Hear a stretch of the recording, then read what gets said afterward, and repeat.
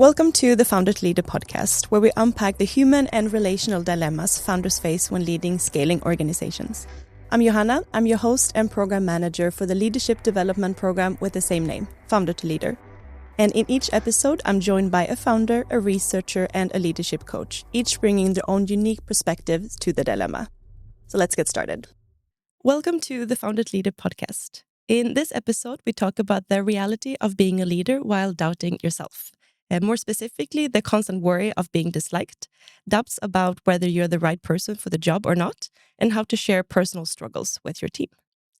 I'm very excited to introduce you to our three guests. I have Patrick Bates, Pernille Steen Pedersen, and Magnus Stawicki Blak with me here in the studio. So Patrick, let's start with you. You are the founder and CEO of CoHo, the Nordic's first content membership for fast-scaling brands, giving brands access to a full content production team and studio on demand. And prior to starting CoHo, you spent 10 years shooting content for global brands. So you really know the ins and outs of this industry. Yes, certainly do. Welcome. Thank you so much. So happy to have you here. Thank you. And while Patrick will provide us with the founder's lived experience, you come from a different angle, Pernille, as an assistant professor at Copenhagen Business School. And your research focuses on mental health and well-being, especially how shame can trigger work-related stress, which is highly relevant for the topic that we're going to discuss here today. So welcome. Thank you so much. And finally, Magnus, you get to work with founders firsthand as a leadership coach, and you have a background in psychology and organizational development, and you also have 20 years of being a founder yourself. And today you draw on this unique mix to help executives navigate leadership challenges and to develop top talents. Very happy to be here and discuss these dilemmas. I'm very happy to have you here. Thank you all for being here today and for diving into this theme with me, because doubt is something that so many leaders carry quietly. And I think it's very important that we put words onto those feelings and together explore them openly. Definitely. So on that note, let's get started with the first dilemma. Rock and roll. And before I read it out loud, I just want to make a quick disclaimer that all the names in the dilemmas are made up. So for our first dilemma, which is about the constant worry of being disliked, Mette writes, I'm the founder with a team of 7 people. 3 of them are interns. And my challenge is that I often get insecure about where I have people. I really want everyone to feel good, and I sense before everyone else if there's a bad vibe. I worry a lot about how people are feeling, and I spend a lot of time trying to make sure everyone is happy at work, especially because some of them are working for free, so it should at least be a good experience for them. The thing is that I'm getting so self-conscious about what I do and say, and I often spend a lot of time worrying about it after work and in the days after, where I replay the conversations in my mind. I think it comes down to the fact that I ultimately don't want to be disliked or that they are unhappy. What do I do? So Patrick, when you hear this, what stands out to you? So for me, this is just such a common first-time founder dilemma, because I'm a first-time founder, been building CoHo, as my first business, and everything that Mette has just said feels very, very raw and real for me as well. I remember in the early CoHo days, I would go home and sort of just replay conversations in my head over and over and over. And I feel like when you're dealing with a small team, especially with different expectations, I think when you are a people pleaser, a lot of founders typically are, you're convinced that you'd upset someone sometimes, or you're convinced that you said something the wrong way, or you're convinced someone feels a certain way, maybe they don't, but you do overthink a lot. And I think you often take that home with you. I think that's a stressful factor. And I think I've been there, and I've spent many, many evenings not being able to sleep, and it's just playing in your head, and then you're knackered the next day, and it's just a vicious cycle. So I think that's a reality for a lot of founders. I think caring deeply is a strength, but setting boundaries is really important. And one of those ways of doing that is through one-on-ones and through just real conversations and communicating. And I think if you look at these issues, sometimes they're not really issues. And if they are, all of this can be resolved with just open communication and having this dialogue with your team members. And I think that's especially critical in smaller brands, in startups. Just talk with your team. So for me, that's worked really well. And building kind of like these transparent feedback loops. I think it's definitely a very recognizable theme, and I hear a lot of founders talk about this. And of course, it's also a theme in general for people that they would like to be liked and loved, and that's very natural as well. But I think for founders, especially, there's something with the boundaries, as you also mentioned. But maybe the boundaries between person and startup. So when you create a startup, you're very engaged with your startup. It is your creation. Some would even say it's your baby. So when people criticize or talk about your startup, then it sort of goes deep. So sometimes, when people say something about your startup, as a founder, you can take it in and take it quite personally, even though it's directed at something maybe work-related, a task, or even to a role in the company, such as the founder, and not the person in the role. So in the Founder to Leader program, we also work a little bit on the boundaries between person, company, startup, and even sort of the broader picture of society, but to understand that you are a person and there is a role, and try to work with these two things as a different and separate things, although it also has to be integrated into each other. But sometimes that can help to part it a little bit from each other. I'm kind of curious, just to touch on that. How do you distinguish the difference between people pleasing and like a healthy amount of empathy? Because I feel like this is like the boundary is often not clear. It's often a gray area. And if you're a first-time founder, that's even harder because suddenly you're thrown into managing people. So in your experience, like, what do you feel works and how do you distinguish that? I can try to answer that. First, I would say that caring deeply is a strength. You said that. I think that is core here. And the empathy you mentioned is also core to be a good leader. So what happens here is, as you all have mentioned, this is a really common human condition to be wanted to be loved. That is core in our survival because we need to be loved by others, not to be outcasted from the group. For sure. So that's the first thing to recognize. So what is a boundary? To me, and that is why I work with the concept of shame. So when this overthinking kind of takes over, so it makes you get unrealistic kind of point of view upon what is happening, that might be a crossing of the boundary between a healthy, empathic point of view, and then what can create a culture in the company where you actually are not improving and supporting that people are feeling well. Because you're so obsessed with your own overthinking and overinterpretation. So you can see it in the way that your actions actually prevents you from taking the direct dialogue with your employees. That is a way of seeing that if you constantly overthink things, then you might be on the wrong side. But there's also something about working at a startup, and she also writes here that that some people are working for free, and and a lot of people working in startups are not working for free, but at a lower salary that you would probably get at a sort of a large corporate company. Yeah. So there's something about the precarious sort of working conditions that is a part of working at a startup. But then on the other side, you also get so much working in a startup. You get really high excitement. You get to work on great products with wonderful people. And I think most importantly for people working in a startup, not being founders themselves, they get to learn a ton of things very, very fast. So they accelerate their learning journey at a pace they wouldn't be able to do in a corporate business, and they're there for a reason. So the anxiety about being loved enough or liked enough should be balanced also with sort of a reality check on they're getting a lot of things also working at a startup, and they already said yes to working for the startup and for this particular person. So, they already gave a lot of signals that they like being there. And that's also something to be recalled once, these feelings of not being loved enough or cared about enough hits you. That's a good point. Remind yourself. Yeah. Yeah, but also because we can see that she wants to make it a good experience. But what does it mean to make it a good experience? Maybe she has really too high standards for what her role is in making a good experience for her employees.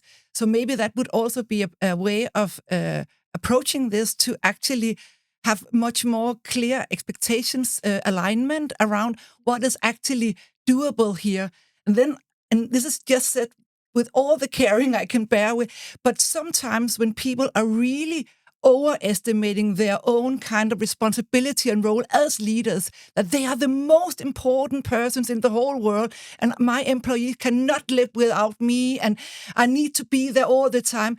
And maybe there's also kind of a way for her to look at this as a way of having a much more realistic approach to the importance of her role as a caretaker for all these feelings in the room.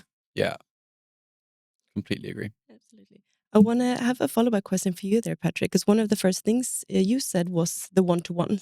So I'm curious about the connection between having one-to-ones with this kind of constant worry of being disliked. Yeah, I mean, I think it's a really good question because it's not also just being disliked, but, are employees happy? And I think that kind of goes hand in hand, but like, do they like you, but do they enjoy themselves and where they are at in the company? And I think all of that plays in your mind constantly as a founder, as a boss. I imagine it stays with you forever, even if it's not a startup, but it is amplified in a startup environment, right? Because of all these things we're discussing. And I think, as I said earlier, communication is just so important. You learn a lot from just talking to someone, from body language to tone of voice to what's going on in their life. Every person goes through things that often they don't talk about, that plays a role on how they are. And I think you can always assume and make a prejudiced sort of judgment on something without knowing more. So I think one-on-ones are a great space to create an environment for that conversation. And that's what I found. One thing though that I've noticed is it's just, you really need to stay consistent with it. I mean, so for example, we had a 2-month, usually we do it every month. We do a one-on-one with the whole team, each of them, and we do that once a month. But because there was holidays and all this sort of stuff, it ended up being like a 2-month window. And then you get this sort of 2 months of build-up of things. And you feel as a founder, as the leader, you feel more and more distant from your team. But it's also important to say, to have sustainable business, you can't always be liked. Mm-mm. And I think the person here could also divide between being respected and being liked. And sometimes being respected demands that you take the hard decisions and that you, at some kind of periods, endure not being liked by your employees. And I think it's important to be able to build up that capability to be able to be disliked. You need to talk with other founders, for example, like you, and see that this is a common problem. And don't be ashamed that you feel this way, because I feel also that this person are not just knowing herself to be dependent upon being liked. She also are very ashamed of that. She thinks that's wrong. She thinks that that should go away. And I must say, this is a human condition, but you need to learn to stay in it and endure it. There's no quick fix and free good answers to say, don't think about it, and what's the worst thing that can happen. Because this is how we are as human beings. But you can like to manage to stay in the tension. And I would really recommend her to see, what does it take for me to be respected? That is what I'm going to go for. Can I add to that? I mean, personally, as a founder, I feel like I really struggle with that. This element of really being firm sometimes. If you ask anyone in my team, I'm historically quite a soft leader.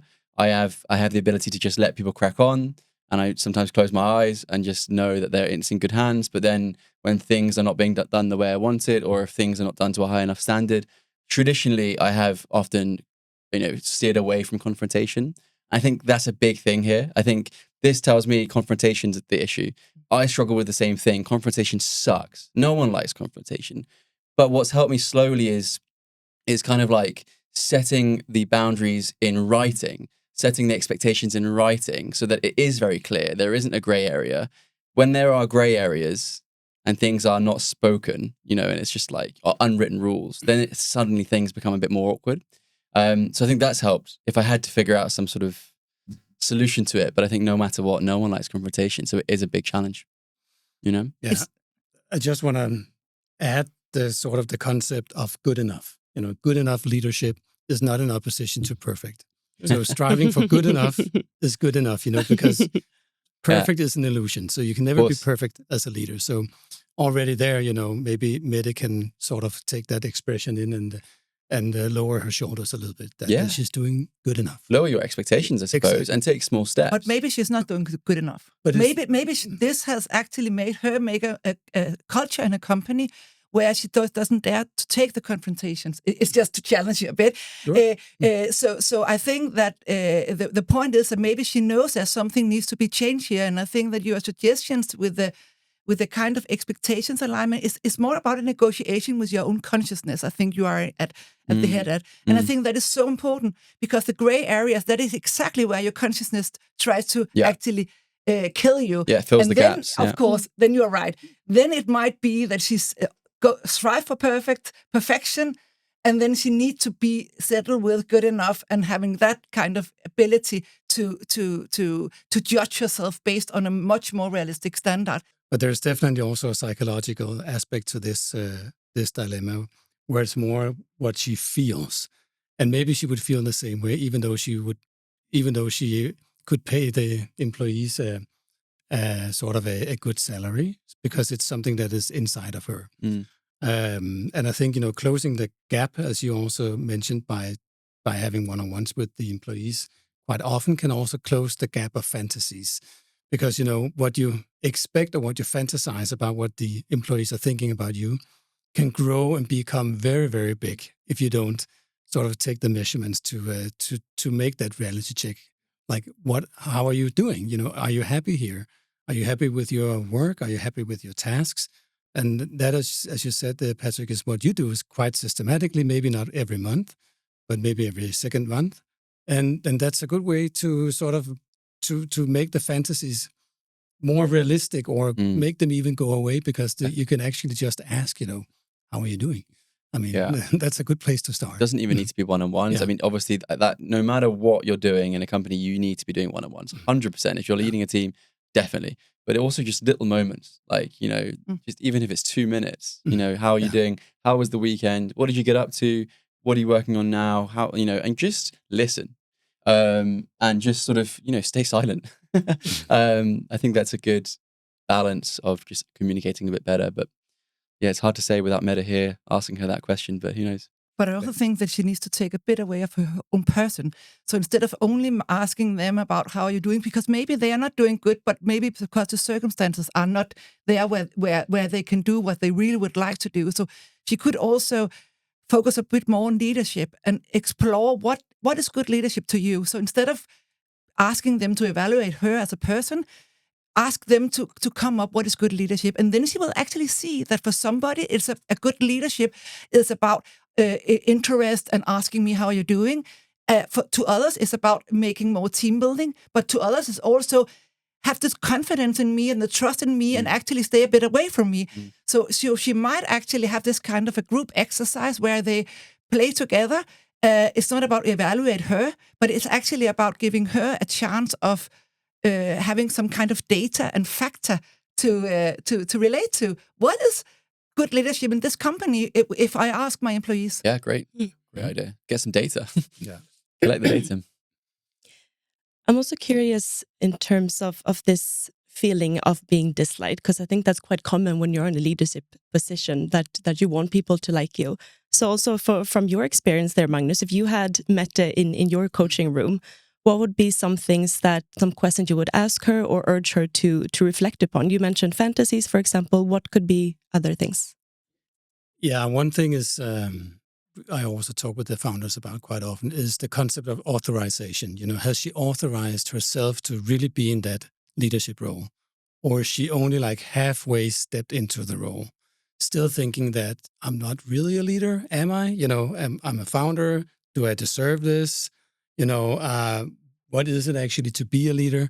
And there's so many different perceptions of what it is to be a leader. So talking to her about, what is it to be a leader for you, Mette? And, is there something that stands in the way of authorizing yourself to actually take on the role as a leader, as a founder, as a CEO, or whatever her formal title is? I think that could be a good way to start this conversation, but also a little bit of a protective frame for her, because a lot of interaction with team members I think you also mentioned that, Pernille, it's not via the person, but via the role in the role more than the person. So putting demands on employees, setting up KPIs can be quite unpleasant for some founders. I think especially founders. But when they realize that, that's part of the job, we have to produce something, we have to work on something, we have to sell something, and people have to deliver something. And it's a very legitimate conversation to have with your employees. Then it becomes maybe less awkward or difficult to have these conversations if the founder realizes that it's actually part of the role to do this. And it's actually to be a good leader, to be quite clear about what is expected from each employee. And then I think also just wanted to comment on you saying that leaning into conflicts or confrontations, as you mentioned, Patrick, I think is a huge issue for a lot of founders that, it's unpleasant to do it, and I don't know how to do it, and people will get mad at me, they won't like me if I do it. But we like to say that that clear is kind and unclear is unkind. So actually leaning into these sort of conflicts or confrontations can be very kind indeed, because then people know what to expect, and you know your employees sort of what they can deliver and what to expect from them. So I think that's actually quite kind to have those conversations. And also, like, if you avoiding the confrontation can have worse effects on you and the business than not just nipping it in the bud and just getting it out the way. And it's very kind to run a decent business, because then you can pay people. Yeah. So confront then. Make money by it. So if I am to kind of summarize some of the key points that we have been talking about here, so some practical takeaways for Mette. So kind of for her, it's about caring deeply is a strength. So look at it actually as a strength. And think about separating you as a person from the role. And also then be curious about this informal role of a caretaker. Also accept the reality that as a leader, you will be disliked at times. And that is part of the job. That's part of the role as well. And also some reframing there around being respected, maybe instead of being disliked. And then for the employees' side, Patrick, we talked about a lot of one-to-ones and having clear expectations. And also be curious about what is a good experience for your employees. So what does that look like for you and for your employees? A quick note, this podcast is brought to you by Founder to Leader, Denmark's most established leadership development program for founders with personnel responsibility. The program combines organizational psychology with experiential learning and is delivered by Copenhagen Business School and the Danish Industry Foundation. It's free to participate, so read more and apply at foundertoleader.dk. Thank you for that. Should we move on to the second dilemma? Yes, let's do it. Perfect. So the second dilemma is about having doubts if you are the right person for the job. So Carl says, I'm the founder and CEO of a VC-backed startup where things over the last couple of years have been moving very fast, and it has been tough getting to the good results we have today. However, I'm starting to feel that maybe I'm not developing fast enough to be the right person to lead this company. I feel a huge responsibility for what's coming next, and the ambitions are so high and they keeps getting bigger and bigger. I'm doubting if I will be able to learn and develop fast enough. There's so much I have absolutely no experience in doing, and I'm considering stepping down because maybe I'm just not the right person to be the CEO anymore. What if I'm not capable of doing it all? So Magnus, I'll start with you. What comes to your mind when you hear what Carl is writing? I mean, I think it's a fantastic dilemma, but it's enormously difficult to be in. And I think it's the reality of most founders that actually move ahead past the first year, that their business is changing, their team is changing, everything is changing, the market is changing, everything around a startup is changing all the time. So you have to be super adaptable as a startup founder. And it seems like this person, Carl here, has already been adapting for years. So he has already been a success in adapting. So I think just to take that in maybe for a moment will be a good place to start. But also, of course, it's a real question to ask yourself as a leader. Do I still like my role? Do I still like the task that I do? What can I change? Is there something that I can actually change? And the good thing about being a founder and hopefully still having a major cut in the cap table, that you are actually able to make some decisions about how you would design your organization. And I think even more than maybe in a large corporation. So there are definitely some advantages of being a founder here. But a lot of founders have this sort of standard idea about what it is to be a CEO, how a CEO should be. And that goes for men as well as women. But the thing is, the normal or the standard is very broad. You can actually design it much more in your direction that many founders think they're able to do. So also after a few years, as it seems this founder is down the road, maybe just reconsider, instead of stepping out of the CEO role, just redefine it. You have the mandate to do it, probably.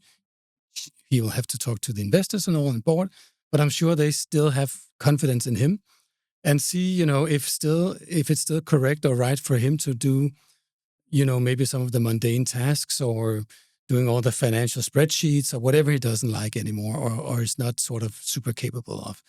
But having sort of the confidence to really, be a leader and set the team, set the organization the way that he thinks is good for him to create that startup value, that founder value that has, started everything and has sort of created the first value in the company. So don't be afraid to challenge, how you see the CEO role. I think that's a place to start at least. Of course, there's also the real chance that he, in this case, is not good enough for that part of the journey, because if you can be good at starting a company, making the first idea into something, but if you have 50 people or something and you have a set of investors who expect monthly reportings or whatever, then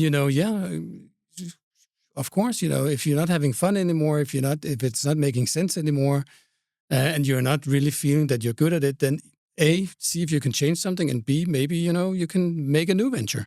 I feel like when I heard this dilemma, I was instantly, I don't know why, maybe it's wrong, but taken to imposter syndrome. But then I was thinking, as if feeling of imposter gets bigger, where do we draw the line between it's just imposter syndrome, you can get over it, to maybe you actually aren't capable of it? I think that's the tricky thing here, because this is a big deal. You're VC backed, you're growing quickly, expectations grow and grow. You're right, at a certain point, maybe you aren't the right person for the role when you get to become a giant or, a unicorn. So I think this is a challenging boundary to cross, because in my experience, I'm not VC backed, I'm bootstrapped. That comes with its own problems. But as we've grown over time, I've always thought, am I the right guy for the next phase, the next role? Now going from 1 employee to 2s, 2 to 5, 5 to 10, whatever it is. And I feel like you always have that feeling of, can you do the next thing? It's really interesting. I don't think it's a typical imposter syndrome here, because imposter syndrome is something you actually always bear with you. And it seems like something has changed here. But I think it's a really brilliant comment to have a separation between imposter syndrome and winners is actually because you can't deliver anymore, either due to that you don't have the knowledge anymore or something has happening or something. So I think it's a brilliant separation you make here and question. But the reason why I don't really think it's an imposter syndrome here is that we have here a person with ultra high expectation to himself. And I read an enormous need of being in control. And I actually think that he says, I am a responsible person. So this is what defines him, this responsibility. And what does it mean to be a responsible person for him? I need to do everything, and I need to be in control of it, and I need to be able to have all the answers. And I think that might be the place to start, to actually see that what was really a strong capability for you when you started the company, because then you needed to actually be the one who had all the answers. Now you need to say goodbye to this identity And this is a tough one to say goodbye to, because then you need to also accept that you need to delegate things and you need to delegate responsibility to others. And I think this is what might be difficult for him, because he actually kind of defines himself as being the one knowing it all, and you can't. So are he able to actually bear this kind of inadequacy and also feeling inadequate? Does he have the skills to be there where he can bear that for a certain amount of time before the organization gets reorganized? That might also be the question. But I also feel like a lot of CEOs at this point have gone through a lot of delegation. They've delegated a lot. They've probably gotten very good at delegation. So then it starts to make me think like this problem could just simply be a delegation problem. So it's nothing new. And that's what I'm curious about. I'd love to ask Carl, like, how is your delegation skills? What scares you about that? Because I bet there's parts of that role that could be delegated and he could remain the CEO. So that I find curious. But as you say, Pernille, it might also be a change in identity from being that founder who has created this thing, knows everything about everything and everyone in the company, to suddenly being a more overarching, strategic sort of a leadership figure. And that can be a little bit scary, to part with some of your old identity. And leaning in, sort of making that transition, we know that also creates anxiety to make that transition from one state to the other state. So it's also something quite natural to be scared of, or afraid of, or anxious about. But there's also a creative potential here because, as I mentioned, and you guys also mentioned before, already there are great accomplishments here. And stepping into sort of unknown ground and looking down, at a lot of things that he doesn't know, how will look like is of course scary. So there's also something quite healthy in being a little bit, vulnerable or afraid of, can I do this? And that's also maybe very responsible, as he also writes himself, that he's a very responsible person to consider, can I take good enough care of this company also in the future? I totally agree. I think it's a good point, and that's exactly why I don't think it's imposter, because I think that this guy just are too high demand on himself, and he says, I'm not developing fast enough. So he has this kind of expectation that it's only a matter of acquiring knowledge, and then I need to be on top of it all. And the point is that when you are scaling up, the complexity is just increasing. So you need to be daring to say, actually, I don't know now. I need to figure it out, but I don't know. I don't have all the answers. And to be in that position is, and sorry for being a bit gender biased here, but for male, it's really, in my research, I see kind of a male has this kind of, some males, cultural expectation around that a real leader, a heroic leader needs to have all the answers and be 2 steps ahead all the time. And I think that is something we are kind of breaking these kind of taboos and ideals about what it means to be a strong leader. Point is that when the leader thinks he needs to hide something, when they are ashamed of not being on top of it, then the crazy problematic things happen, because then he goes in a defensive position. So every time there's questioning from the team, it gets hit back, and he might be really angry, might be aggressive in his behavior, because it's kind of, they revealed that he's not doing it. And then you can have the imposter actually also. But it might not be the team that the leader wants to share his insecurity with. It might be a leadership coach or a family and someone. But the most important thing is that when a leader are not able to say, I don't have the answer right now, I'm going to look at it and I will come back. That could also, he might not be in a position where he needs to share that, I'm a bit down and I cannot sleep at night. And I always recommend that you need to put yourself in a position where you, with strength, ask for help and also say, I need to check this out. I don't have the answer right now, but I'm looking at it. But I think for Carl's sake, I think it would be interesting to hear, how do you distinguish again if it's just part of growth, this feeling, or if it is legit a thing you should step aside from? To me, the first thing is this kind of compulsive need, this kind of control need. I would ask him to look at that. what does he feel what does it take when he's not able to delegate? What are he overthinking all the time? Does this compulsive need to be in control? Is this taking over? What does it do to him? And of course, the symptoms around the sleep and so on is a good indicator. True. But I think that the core thing might be, is this something due to a growing and also expanding demands? He just wants to do the best he can do. That's one case.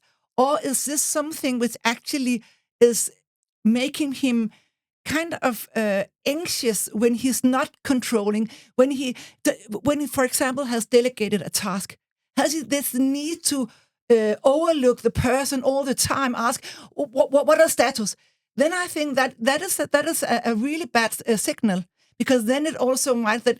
And I think we are at a delegation thing here, because you might say that he has all the time delegated, but he has not delegated the responsibility of making important decisions. Mm-hmm. And this is what he needs to do now because it's growing. Yeah, I mean, also personally as a founder, what's worked for me is just talking about it. When you feel this way, I mean, having a coach, communicating with the team, communicating with other founders, CEOs, could even be with your board, with the VC. I mean, I just think having those conversations, and when you are talking about it and you reflect on how you feel and what you want from also the future, I think then you have more clarity, because right now it sounds like a lack of clarity.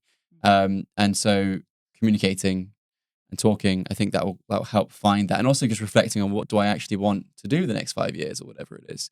Because maybe if Carl can see himself continuing in that role and growing in that role, then he should do that. But if he steps back and thinks, actually, do I want to continue down that road, or do I want to try something else or do something differently? And what role and tasks do I actually enjoy at this point?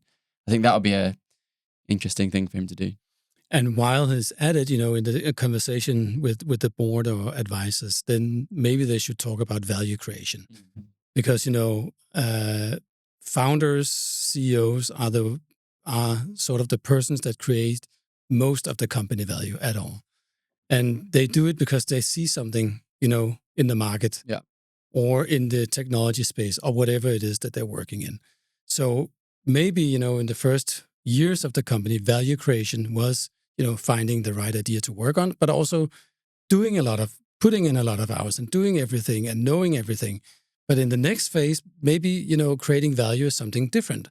Maybe it's, being much more outgoing and talking to thought leaders or whoever is, is connected to whatever they're doing in the company. So that could also be a huge change in the role, to actually think about, how does he continue to create that value for the company, and separating maybe himself from the daily sort of operations. And you also might have co-founders, right? I mean, co-founders would be also where I would start. I would talk to my co-founders and tell them how I feel. I mean, I think he probably has done that, but that would be obviously a good place to start, get their opinion and go from there. So if I am to summarize all of these great points that have been made, there's definitely something around like normalizing this feeling, especially when you do this kind of identity change, going from a knowing-it-all founder into leading a bigger organization. Also, I'm hearing be curious about the skills and the value creation that will have to take the company to the next level. And is that something that you feel excited about, and that you think that maybe you have the capacity to learn? Because actually, up until this point, you have learned everything that you needed to learn as well, right? Or is it maybe because of a fear that you feel that you can't do it? So being honest with yourself there, what is actually the underlying reason to that doubt? Thank you for that. Should we move on to our third and our last dilemma? Mm-hmm. Let's do it. So it is about how to share personal struggles with your team. So Christian writes, I was recently diagnosed with ADHD, and honestly, it explains a lot of my past experience and struggles.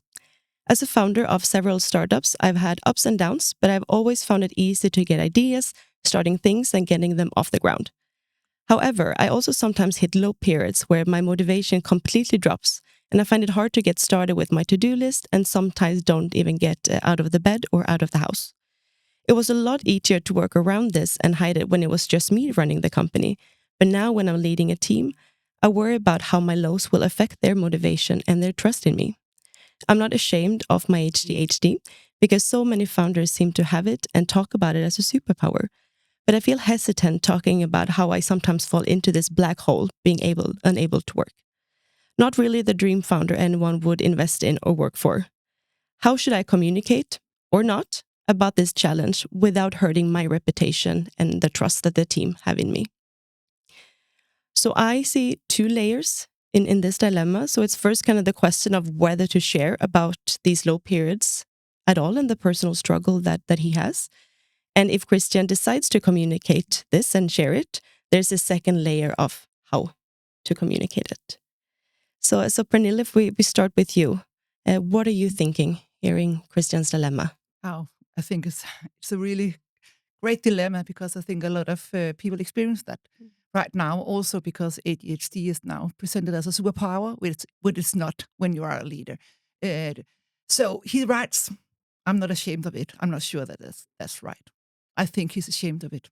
And I think that's a good way to start, because he writes that early on it was easier to hide, and now it's not easy to hide anymore. And that's with the shame. The shame makes us feel that we're not good enough. There's something wrong with this. Me is connected to the self, not something we have done that's guilt, but shame is connected to the self. And I think he needs to not be ashamed of himself, and that's a really important thing. Then I also think that he needs to understand that he writes and he tried to identify that he has periods when he cannot motivate completely, where he's not feeling with the motivation. And it's not about motivation. This is about energy. This is about he's depleted of energy, and he needs to be. And the ADHD diagnosis can help him be much more humble about that. That is part of the ADHD, that you can be so drained of energy that you can't do anything. And it's not about motivation, it's about energy. So Christian, the first I would think, you need to be proud that you have accomplished so much, and you have got some really interesting now, a new phase where you can actually work with this. But don't blame yourself for things you are not able to blame yourself for, about lacking motivation. That's the first thing. I just needed to say that, because I think this is a really common problem here.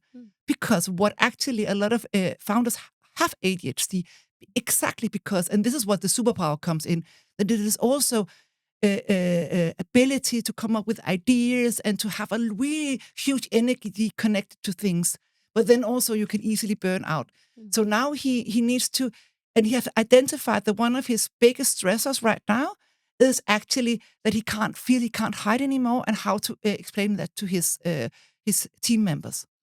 And I would be honest here, not in a way that he should put himself in a defensive position, but be honest, I learned something about me and I need to share it with you. I think that is the way to go. But in order to be strong in that sharing, he first needs to not be ashamed of it. I don't think ADHD is actually the problem. I think it's the silence around it. Like not communicating it to your team is going to do more harm than good. And so, great. It's great that you've, built what you've built with keeping it secret. But ultimately, it's going to do you better to put your cards on the table, at least to your team. I would start there, and they would appreciate knowing that, because if there's this silence, they would just sense that there's something off or something's not right eventually, and assume other things. So I think it's just, again, a communication thing. Everything comes back to communication, doesn't it? But that particularly just needs to start there. And then I've heard this superpower thing so many times. I have a few good friends who, they run a business, and they are exactly how he describes, great at starting it, great with the ideas, but not good at managing the people and directing the people in the team. And I think you just need to be very mindful and aware of that, and lean into that. Delegate someone else to be managing the team if you can afford it. And if you can't, then be completely open with your team about, this is who I am, this is how I work. Does that work for you? Yeah, and just to build on that, Patrick, I agree very much, because, your condition is going to be present in the team whether or not you're going to address it. Yeah, exactly. So Exactly. you might as well talk about it, and it will be helpful for you, and it will be helpful for the team. But it might also be helpful for the other person who may also have a condition or some special needs to deal with. That they feel as a team member that it's okay to actually bring forward whatever they come with and whatever they deal with, because everyone deals with something. So unearthing sort of what is already there in the room, I think, can be really helpful for everyone. And then, of course, being mindful about the boundaries, not oversharing too much, sort of keeping it in the arena of the workplace and not becoming too private. I think that's a good sort of thing to be cautious about as a leader. Structuring it a bit. And then actually not being afraid to reach out for help. There are actually people who can help with, people with ADHD. There are people who are trained to help. And there's a lot about, the sort of greater swings in energy levels. I think you also talked about that, Pernille, that when you have ADHD, you are enormously energized, but you also need time to recharge your energy. And most commonly, you will have to do that alone and not with other people. And then you may also need help to organize your day, to your week, to get the planning done, and you can talk to, you can get a PA maybe who can help you do that, or you can talk to someone who knows how difficult it is or where the difficulties lie when you have this condition, and not be afraid to actually to reach out to get the help that you need, because then you can thrive as a leader, and thriving as a leader also means that your team and your business will thrive. So don't cover it up, because people will notice anyway, and it will not help you to cover it up. And he's also saying, like, how should I communicate it without hurting my reputation and trust? And I feel like if I put myself in an employee's shoes or someone in the team, and the founder communicated that and set the boundaries and was kind of like, I know I have these patterns, this is how I work. I have these low periods, high periods, but this is me in a structured, well-made version. I feel that just makes them a much better leader. I would have way more respect for someone like that. And I think the VC or investors or whatever would feel the same way. They'd have greater respect for that individual. I personally think that. But I also think it might be the most important thing to say. You need to say it in this way. I think it's what is his position to himself and what is his self-respect when communicating this.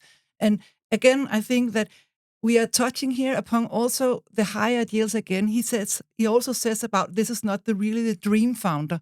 But what is a dream founder? Again, the dream founder to him might be a founder who is all the time in energy, all the time organized and so on. So the first place to start again is to look at himself and actually also respect himself a bit more than he's actually doing right now, and work with the expectations. But I still again agree, this is all about the silence also.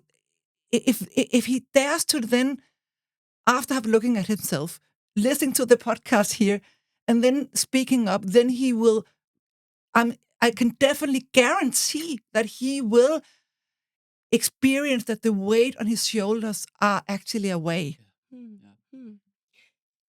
I'm curious about, a bit going back to what you talked about, Magnus, with it's important not to overshare and keeping that boundary around what is private.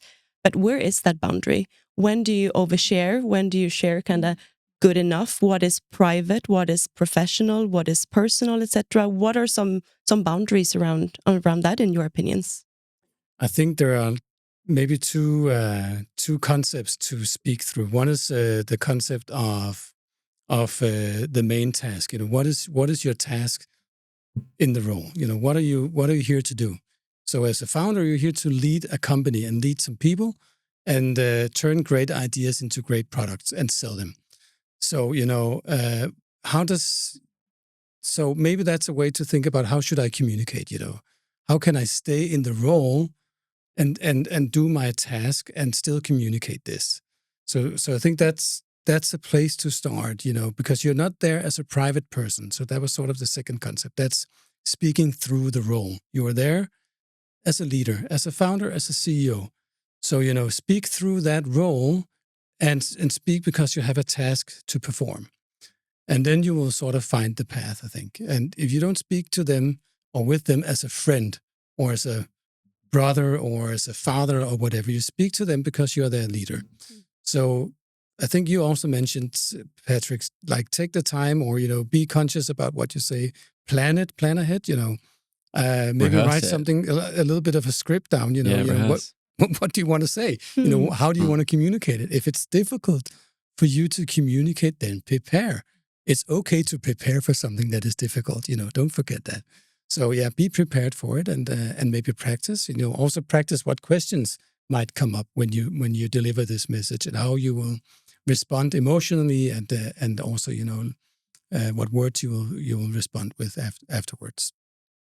My answer would be that it's totally different from person to person. It depends on your own personality also. I can see that. I interviewed a founder where she had employees. She's a young founder. She is 24 years old, and her employees are also young. So they are private. And that is part of her leadership style. And she needs to also, of course, to have a relationship to that. So, but still, there is also about personalities that might be important to also notice. And then there's always just a clear boundary because it really, really depends. And in this particular dilemma, I would actually say this is private to him, and there's something he needs to share. And I would allow him to be private for a moment, but to share, this is hard for me, and I'm actually worried about how do you look at me? And I think so. Sometimes it's okay, I think, to be private, but in a state where it's not about. And I think that might also be a way of distinguishing. You should not put your employees in a position where they feel responsible for your wealth. So, and sometimes that happens when you're very private, that you actually get bad consciousness on your employees. For example, if you share, I have so many tasks to do and I have not control of it, then the employees are actually think, I cannot ask my boss for advice. So that's no go.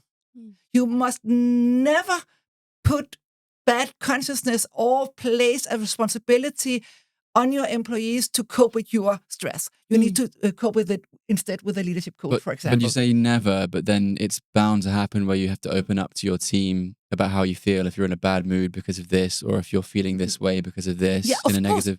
But how do you distinguish that? How can you stop that? Yeah, okay. I just come up with a real case because I think that is a better. I interviewed a Danish singer called Niklas Sahl, and he's actually kind of a founder. He has his own music band and going on. And he had experienced for a while that there was something with his voice. And then he went to a coach, and this coach said, that's totally normal. And just hearing that was really important to him. Then he went back to his band. And then he said to the band, I just need to say something to you. My voice is not where it should be, but I'm okay, and I'm doing the best I can.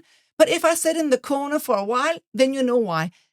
And then he said to me, just explaining that to them made me actually feel more stronger and putting away the shame. So I think this is all about sharing, but sharing from a position where you can say, this is hard and there's something I'm worried about, but don't worry, I will take care of it, or it's not your problem.